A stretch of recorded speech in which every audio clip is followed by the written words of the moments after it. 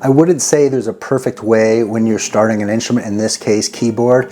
However, if you decide to get into it and you go really fast, skip some steps, frustration can begin.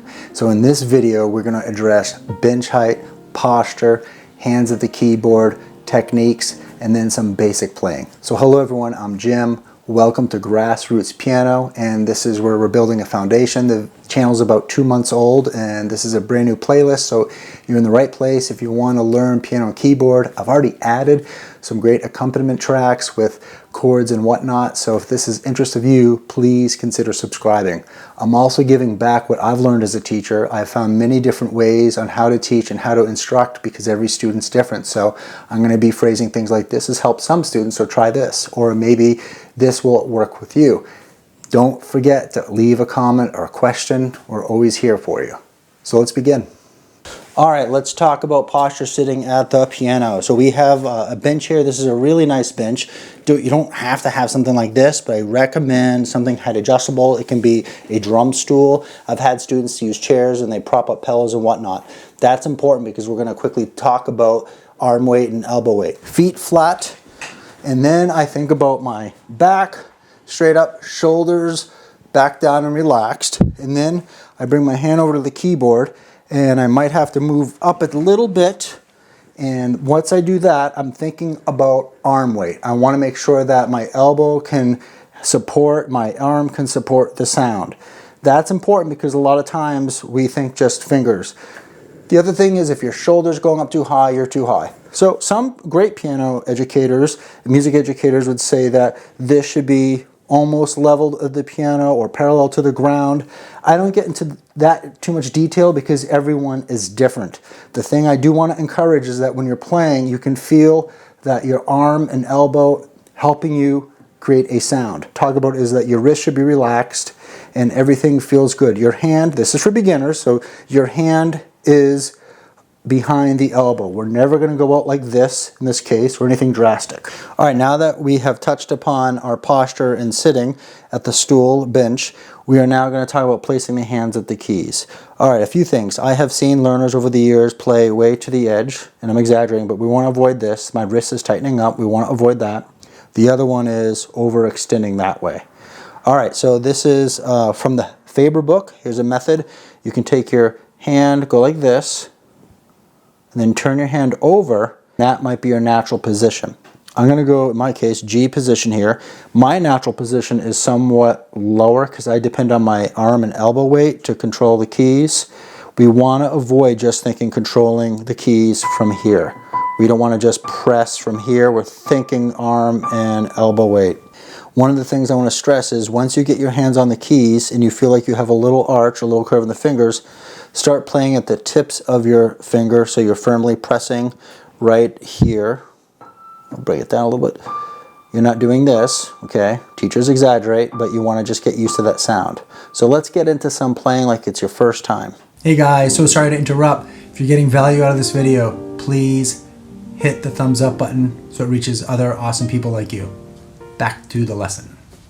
All right, here we are at the keyboard. The first part I'm going to go over fairly quick just because I have a whole other video on the note names and the keys, and I'll leave the link in the description.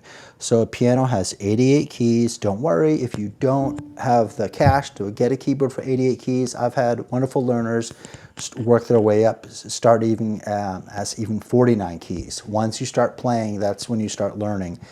So what we're going to do now is talk about the pattern. We have the 2, the 3 black keys, and so forth. If you go to the 2 black keys here, this is middle C, almost in the middle of the keyboard, in this case the 88 keys. And then we're going to talk about the 12 tones where it repeats after 12 tones, also known as semitones and half steps. So here they are, 12. 1, 2, 3, 4, 5, 6, 7, 8, 9, 10, 11, and 12, and then the pattern starts again. All right, let's start with the white name keys. As you can see, we have them here, but this is for teaching purposes. We have C, D, E, F, G, A, B, C. And then also, if you want to get really good at this, it's never too early, practice them backwards. C, B, A, G, F, E, D, C. If you do get an aid like this, that's fine. However, you do want to pull it off in time, because instead of steering it here, you want to be able to know that this is G, and you're going to be thinking about other things from harmony, rhythm, technique, and so forth. The piano has an awesome sound. It has a very big range. So here is an example of the low range.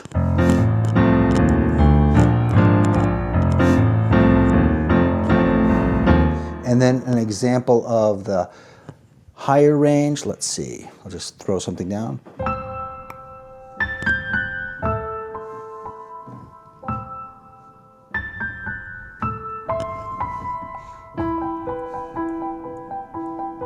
So it's a beautiful instrument, so much power and so much range. Let's go ahead and get into some playing. Before we do, let's remember the piano fingers. We have our thumb is 1, 2, 3, 4, and 5. Placing our hand what we call C position.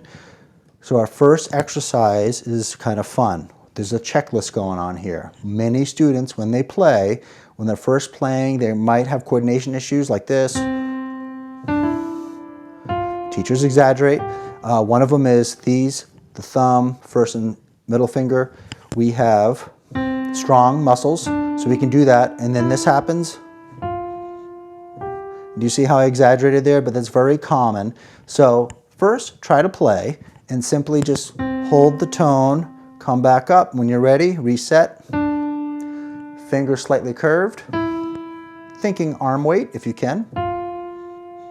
Arm weight. So now you do the same exercise with the left hand. To save time, I'm going to go into the next exercise where we're going to put a beat to it, just C going up to G and then back down. And I'm going to do it a few times, and each time when you do this, think of a checklist. Once you get one technique accomplished, go to the next technique. You don't want to do everything at once because it can get overwhelming. So I'm just going to play slightly curved, arm weight. Maybe move in the keyboard a little bit. Slightly curved, arm weight. Firmly pressing the keys. One key down, next key down, one at a time. Having a hard time, slow it down. Even slower. This is good, but then we might do that. Then go ahead and spend time on just that note. When you walk away from the instrument, don't feel frustrated because you can't get something. Think about some of the things you are able to do. For instance, slightly curved. Maybe you can keep it even tempo. I do have a guideline of practice. I have a PDF package for free, so if you're interested in that, that might give you some ideas on how to organize your practice time. The next exercise is doing the same thing but with both hands, which could be tricky because we're playing pinky here, thumb here. So just take your time. That's all you have to do. No rush. Checklist time. Arm weight, okay. Tips of the finger, good. Firmly pressing the keys. And if you got all that, we can dig deeper. Using from the elbow, leading. Back is good, shoulders good. You can even go deeper. Both hands, even pressure. You can hear both hands. So I could geek out on this all day long, but we don't need to do that. The next one is, what we just did was parallel motion. Now we're going to do contrary. So we're going to start G here, C here. And you can even go slower. Checklist, what are we thinking about? Slightly curved, arm weight. And let's say this is too hard for you, you can come back to it. That probably won't be in your first session. I would rather see students play a little bit, feel that they've improved on one item, opposed to play the piano a good amount of time and leave frustrated. That will happen, and we'll talk about that in another video, but just take your time and think about something you've improved on. So if this is my first time, I'm happy that I'm playing both hands together and I'm hearing both hands in their even tempo. I do have a level 1 exercise and I go break it down nice and slow. You should try to check that out and see if you can get some playing in. Until next time, please take care.